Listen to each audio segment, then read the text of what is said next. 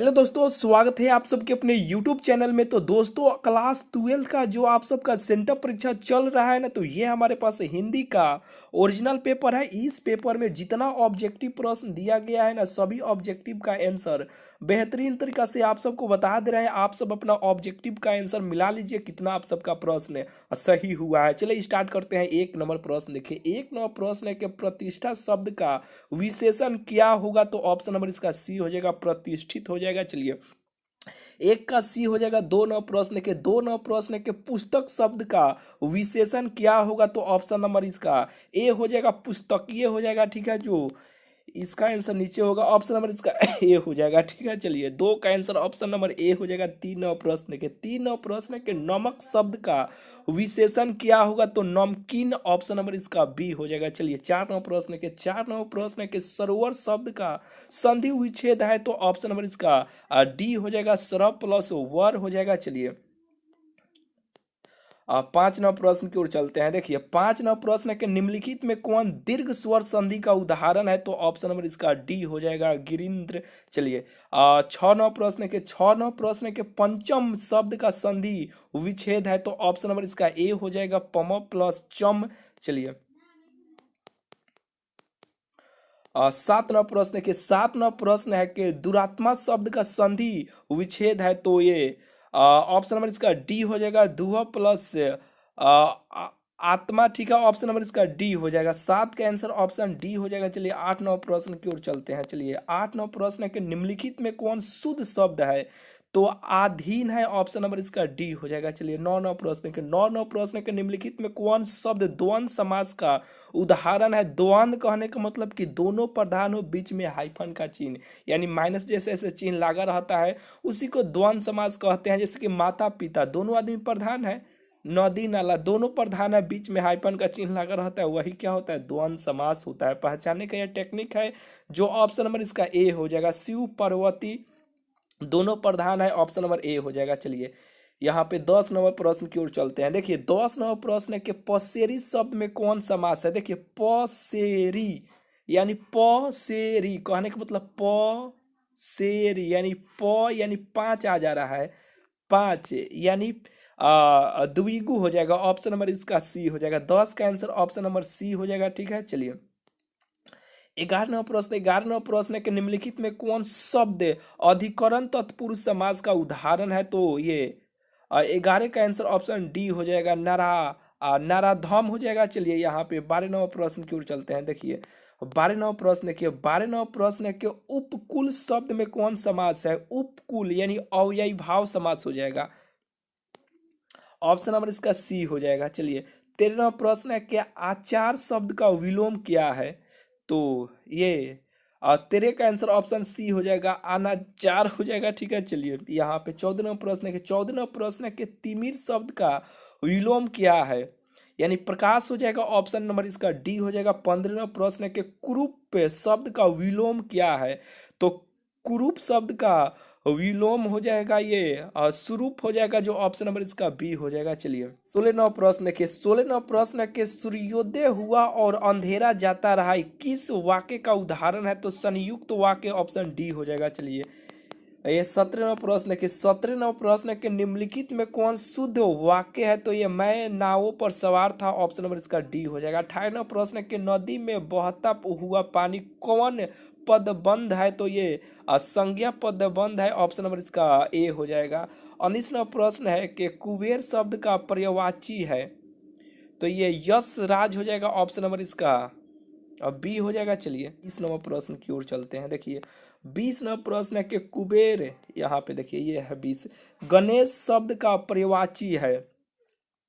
तो गणेश शब्द का पर्यायवाची है ये महाकाय, ऑप्शन नंबर इसका सी हो जाएगा। चलिए, 20 का आंसर ऑप्शन सी हो जाएगा। चलिए, 21 नंबर प्रश्न की ओर चलते हैं। देखिए, 21 नंबर प्रश्न है कि असुर शब्द का पर्यायवाची शब्द क्या है। तो ये 21 का आंसर ऑप्शन ए हो जाएगा, दयावान। चलिए, 21 हो गया। 22 नंबर प्रश्न की ओर चलते हैं। देखिए, 22 नंबर प्रश्न है कि अश्व शब्द का पर्यायवाची शब्द क्या है। तो है, ऑप्शन नंबर इसका ए हो जाएगा। चलिए, यहाँ पे 23 नंबर प्रश्न है कि जो कुछ नहीं जानता है के लिए एक शब्द है। तो जो कुछ नहीं जानता है, 23 का आंसर ऑप्शन नंबर इसका ए हो जाएगा, अज्ञ। 24वां प्रश्न की ओर चलते हैं। देखिए 24वां प्रश्न है कि जिसकी उपमा ना हो के लिए एक शब्द है, तो 24 का आंसर ऑप्शन नंबर इसका डी हो जाएगा, अनुपम। ऑप्शन डी हो जाएगा। चलिए 25वां प्रश्न की ओर चलते हैं। देखिए 25वां प्रश्न है कि जो बहुत बोलता है के लिए एक शब्द है, तो 25 का आंसर ऑप्शन सी हो जाएगा, वाचाल हो जाएगा। ठीक है, चलिए 26 नंबर प्रश्न की ओर चलते हैं। देखिए 26वां प्रश्न है कि नाक पर गुस्सा मुहावरे का अर्थ है, तो ये तुरंत क्रोध में आ जाना। ठीक है, यानी तुरंत क्रोध, ऑप्शन नंबर इसका ए हो जाएगा। 26 का आंसर ऑप्शन ए हो जाएगा। चलिए 27वां प्रश्न है कि सिर भारी होना मुहावरे का अर्थ है, तो सिर में दर्द होना, यानी कोई कहता है ना कि सिर भारी हो गया, तो यानी सिर में दर्द होने लगा। ठीक है, यानी सिर में दर्द होना, ऑप्शन नंबर इसका बी हो जाएगा। चलिए 28वां प्रश्न है कि बात बढ़ाना मुहावरे का अर्थ है, तो 28 नंबर प्रश्न का आंसर 28 नंबर प्रश्न का आंसर ऑप्शन नंबर इसका सी हो जाएगा। 28 का आंसर बहस छिड़ जाना। ठीक है, चलिए 28 हो गया। 29 नंबर प्रश्न देखिए, 29 नंबर प्रश्न है कि सफेद झूठ मुहावरे का अर्थ है, तो सरासर झूठ, ऑप्शन नंबर इसका डी हो जाएगा। 30 नंबर प्रश्न है कि मीरा गई किस काल का उदाहरण है, तो सामान्य भूतकाल, ऑप्शन नंबर इसका ए हो जाएगा। 31 नंबर प्रश्न है कि 31 नंबर प्रश्न है कि राम पढ़ेगा किस काल का उदाहरण है, तो राम पढ़ेगा कहने का मतलब कि भविष्य में पढ़ेगा। ठीक है, तो इसका आंसर 31 का आंसर ऑप्शन नंबर इसका सी हो जाएगा, भविष्यत काल। ठीक है, चलिए यहाँ पे 32 नंबर प्रश्न की ओर चलते हैं। देखिए 32 नंबर प्रश्न है कि बहन शब्द का बहुवचन रूप क्या है, तो ये बहने, ऑप्शन नंबर इसका सी हो जाएगा। चलिए 33 नंबर प्रश्न है कि निम्नलिखित में कौन शब्द अव्यय का उदाहरण है, तो परंतु, ऑप्शन नंबर इसका डी हो जाएगा। चलिए 34 नंबर प्रश्न है कि शब्द किसे कहते हैं, यानी इसका परिभाषा आपको बताना है, तो ऑप्शन सी हो जाएगा, ध्वनियों के मेल से बने सार्थक वर्ण वर्ण समुदाय को यानी शब्द कहते हैं, तो इसका आंसर ऑप्शन सी हो जाएगा। 34 का आंसर ऑप्शन सी हो जाएगा। 35 नहीं है यहाँ पे, 36 से देख लीजिए। 36वां प्रश्न है कि मयूर शब्द का तद्भव रूप है, तो ये मोर है, ऑप्शन नंबर इसका सी हो जाएगा, मोर। चलिए 37वां प्रश्न है कि वत्सय शब्द है, तो तत्सम, ऑप्शन ए हो जाएगा। चलिए 38वां प्रश्न है कि रात को बाहर मत जाओ, यह कौन वाक्य है। ठीक है, तो 38वां प्रश्न है कि रात को बाहर मत जाओ, यह कौन वाक्य है, तो ये निषेधवाचक हो जाएगा, ऑप्शन नंबर इसका सी हो जाएगा। 39 नंबर प्रश्न है कि 39 नंबर प्रश्न है कि अपयश शब्द में कौन उपसर्ग है। देखिए ऐसे ही टेक्निक से याद रखिएगा, उपसर्ग यानी प रहा है ना, प यानी पहले, जो शब्द के पहले लगा होगा वही क्या हो जाएगा, उपसर्ग हो जाएगा। ठीक है, तो ये है कि यश है। ठीक है, तो शब्द के पहले क्या लगा है, अप, तो यही इसका आंसर हो जाएगा, अप। ठीक है, यानी 39 का आंसर ऑप्शन सी हो जाएगा। चलिए 39 हो गया। 40 नंबर प्रश्न के 40 नंबर प्रश्न है कि विराम शब्द में कौन उपसर्ग है, तो देखिए विराम, तो यानी प यानी उप, जो शब्द के पहले लगा होगा वही क्या होगा, उपसर्ग होगा, तो वी हो जाएगा, जो ऑप्शन में आप देख लीजिएगा कहाँ पे वी दिया है, हाँ यहाँ पे है, ऑप्शन नंबर इसका सी हो जाएगा। 40 का आंसर ऑप्शन सी हो जाएगा। 41 नंबर प्रश्न है कि नी उपसर्ग से बना शब्द है, तो निदान, ऑप्शन सी हो जाएगा। चलिए यहाँ पे देखिए अब 42 नंबर प्रश्न है कि बढ़िया शब्द में कौन प्रत्यय है। देखिए उपसर्ग यानी उप यानी पहले लगा होगा, ठीक है, प्रत्यय यानी बाद वाला होगा, तो बढ़िया या, ठीक है, यानी ये नहीं कि या खटाक देना, ऐसे आपको देखिए यहाँ पे दिया होगा ऑप्शन में बढ़िया, बढ़िया, यानी जब भी प्रत्यय आप पहचानिएगा ना, प्रत्यय पूछा जाएगा तो एक बार उच्चारण कर लीजिएगा, बढ़िया, या, ऑप्शन ए हो जाएगा, ईया। ठीक है, चलिए 42 का आंसर ऑप्शन ए हो जाएगा। चलिए यहाँ पे 43 देखिए, इसे भी आप उच्चारण कर लीजिएगा। प्रत्यय पूछा गया कि लड़ाई शब्द में कौन प्रत्यय है, तो लड़ाई, ई ना के ई लास्ट वाला मार दिए, खटाक देना आंसर ऑप्शन सी नहीं, लड़ाई, लड़ाई, आई, ऑप्शन नंबर इसका बी हो जाएगा, आई। 43 का आंसर ऑप्शन बी हो जाएगा। चलिए यहाँ पे 44वें प्रश्न की ओर चलते हैं। देखिए 44वां प्रश्न है, वीरत्व शब्द में कौन प्रत्यय है, तो देखिए ये लास्ट में त्व लगा है ना, यही हो जाएगा, ऑप्शन सी हो जाएगा। यहाँ पे 45वां प्रश्न के हिंदी में कितने लिंग है, तो 2 गो, ऑप्शन नंबर इसका ए हो जाएगा, 2। चलिए यहाँ पे 46वां प्रश्न के निराशा शब्द है, तो अब पुल्लिंग हो जाएगा, ऑप्शन ए हो जाएगा, यानी 46 का आंसर ऑप्शन बी हो जाएगा, स्त्रीलिंग हो जाएगा। चलिए